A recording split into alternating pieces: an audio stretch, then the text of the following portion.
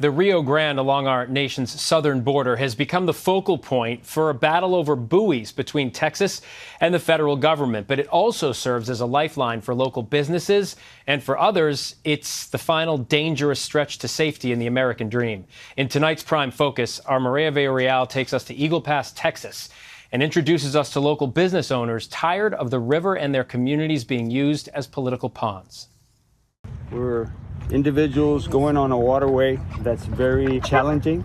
The sun is rising in Eagle Pass, Texas, and for the first time in months, Jesse Fuentes is getting back to work.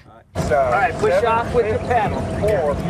Fuentes retired 8 years ago in his hometown along the border and started Epi's Canoes and kayaking. It's always been my passion to be on the river, and I've been on most of the rivers of Texas, and the best one that I found is in my backyard, my hometown where I grew up.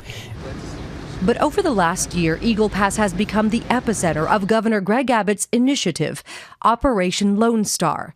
And as a part of the operation, the state recently closed Shelby Park, a public area frequented by locals and, to some extent, home base for Fuentes' business.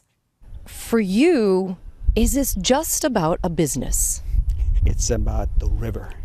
It's always been about the river and everything that's connected to it. My business, my community, my culture. Fuentes got special permission from local city leaders to take a small group on the river for just 4 hours. We're just about to put our kayaks in, so we have safety gear on. This is the one that I'm taking. Photographer right here, Juan, that's his as well. So it's gonna be about a 2-hour journey down to the buoys. Across the river in Piedras Negras, Mexico, a stark contrast to the images of the Texas riverbank. About a mile down where we put in, we see people wading through the water with several young children, sometimes in water so deep it's above their chest. So there is definitely several groups here in this area. The one towards the back has a little girl, she's 7 years old. They're from Venezuela. ¿Y por qué cruzaron aquí en esta área? ¿Es más fácil?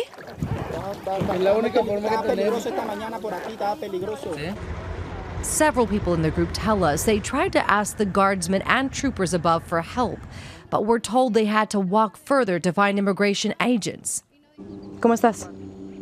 Cansado, Sí. cansado y preocupado, porque desde allá nos venían siguiendo, desde el cartel.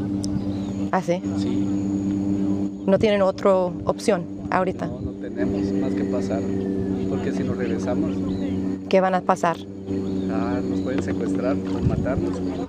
As the migrants continue to walk, we move further downriver, coming face to face with the latest immigration controversy floating right in the middle of the Rio Grande.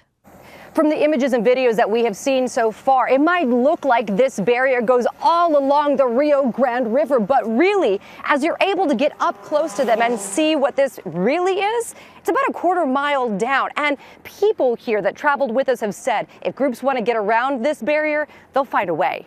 The Department of Justice is suing the state of Texas and Governor Abbott over these red buoys.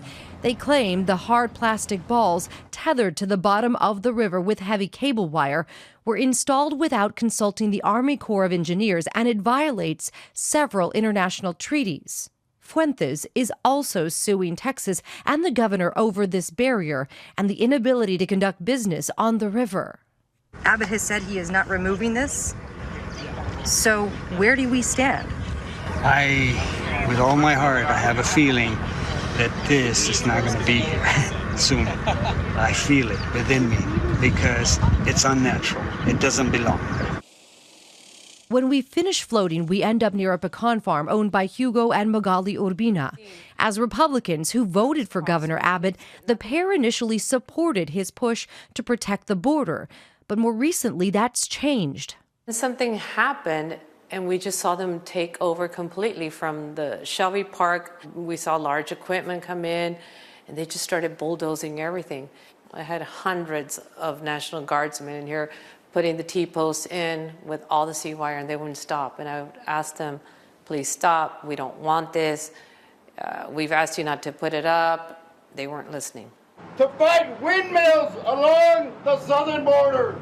The Urbina family is now joining a chorus of community members pushing the city to rethink its agreement with Operation Lone Star. DPS didn't respond to our request for comment, but a regional director did speak in front of the Eagle Pass City Council about the need to keep all of this in place.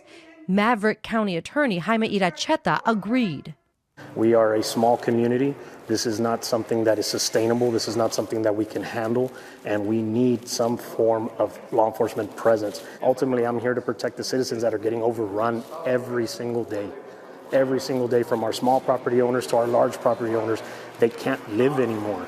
We have literally 200 plus people a night going through somebody's front yard. Although apprehension numbers along the border have continued to fall in recent months, Iracheta worries if Operation Lone Star pulls out, another influx of migrants will quickly follow. For Jesse Fuentes, the worry goes well beyond Operation Lone Star. You see all the buildup here, and I just don't know how determined our governor is to keep disrespecting the river and the people that live by it. Yeah. Just disrespecting human beings. Our thanks to Mireya. And unfortunately, ABC News has learned that a body was found at the buoys. In a statement, the Mexican Foreign Affairs Secretary says the Texas Department of Security notified the Mexican consulate in Eagle Pass that around 2:35 p.m. they found the body of a lifeless person stuck in the southern part of the buoys that were placed in the Rio Grande. We reiterate the position of the government of Mexico that the placement of barbed wire buoys by the Texas authorities is a violation of our sovereignty. As of right now, the cause of death and nationality of the person is unknown. Now to an ABC News Live Prime exclusive about a migrant family who claims they were separated at the border by CBP. This after Hearst Newspapers is out with its own report claiming Texas troopers are separating families at the border, specifically fathers from their partners and children. In a statement to ABC News, Texas DPS acknowledged there have been instances in which they arrested male migrants on state charges who were with their family when the alleged crime occurred. It goes on to say that children and their mothers were never separated, instead turned over to Customs and Border Patrol. Take a listen to this father sharing his account of the days being separated from his daughter and partner. How difficult was it to be separated from your family? Tenaz, como nunca antes hubiera imaginado. Fue un momento que no lograba controlar, que me había esforzado en cantidad para formar un hogar y que eso se iba a destruir y se iba a ver vulnerado por una decisión. You'll get to hear more about their harrowing time apart in the coming days as ABC News Live Prime continues to cover our nation's immigration and humanitarian crisis. Hi, everyone. George Stephanopoulos here. Thanks for checking out the ABC News YouTube channel. If you'd like to get more videos, show highlights, and watch live event coverage, click on the right over here to subscribe to our channel. And don't forget to download the ABC News app for breaking news alerts. Thanks for watching.